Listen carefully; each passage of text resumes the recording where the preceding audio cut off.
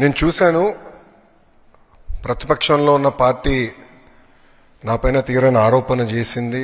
వాళ్ళు అధికారికంగా ట్వీట్ పెట్టారు. వాళ్ళకి నేను 24 గంటలు సమయం ఇస్తున్నా.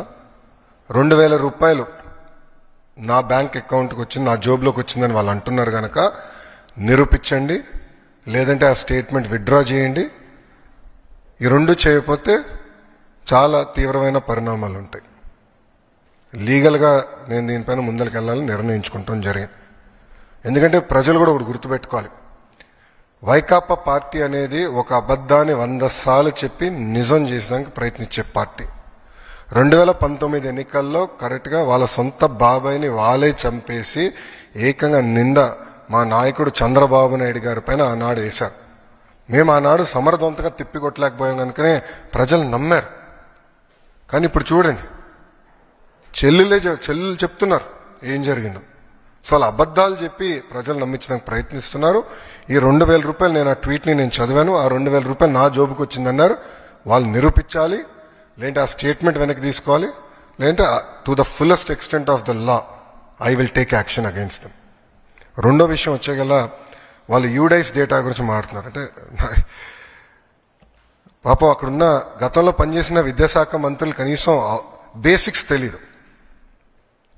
యూడైస్లో అంగన్వాడీకి వెళ్తున్న పిల్లలు ఉంటారు, ఎల్కేజీకి వెళ్తున్న పిల్లలు ఉంటారు, యూకేజీకి వెళ్తున్న పిల్లలు ఉంటారు.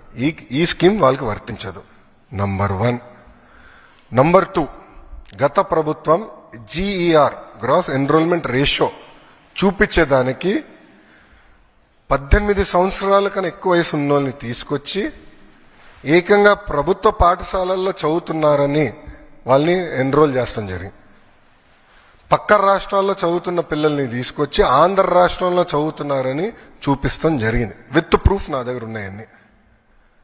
విద్యాశాఖ మంత్రిగా నేను వాస్తవాల దగ్గర ఉండాలి కనుక మొత్తం లిస్ట్, ఎందుకంటే ఇది డ్రాప్ బాక్స్ అని ఉంటుంది. అంటే ఈ పాఠశాలలో పిల్లలు ఉంటారు, ఈ పాఠశాల పిల్లలు మధ్యలో ఉంటారు, గాల్లో ఉంటారు పిల్లలు. డ్రాప్ బాక్స్ అంటారు అది ఐటీలో. ఈ వాళ్ళ సిస్టంలో డ్రాప్ బాక్స్ ఉంటుంది. అక్కడ పెట్టి పెట్టేశారు. పిల్లలు ఎక్కడున్నారో మాకు తెలీదు. మొత్తం వెరిఫై చేస్తే దొంగ లెక్కలు ఉన్నాయని తేలినాయి. ఒక విద్యాశాఖ మంత్రికి అసలు ఎంతమంది పిల్లలు ప్రభుత్వ పాఠశాలలో చదువుతున్నారు తెలుసుకున్నాక నాకు 100 రోజులు పెట్టిందండి. 100 రోజులు పెట్టింది నాకు. అధికారులు అడిగితే సార్ మాకు నంబర్ క్లారిటీ లేదు సార్, గతంలో వీళ్ళు ఎట్లా నడిపించారో నాకు అర్థం అలా విద్యాశాఖ. అంటే ఏదో లెక్కలు ఉన్నాయి, ఏదో నంబర్లు అని చెప్పి చేస్తాం కాదు.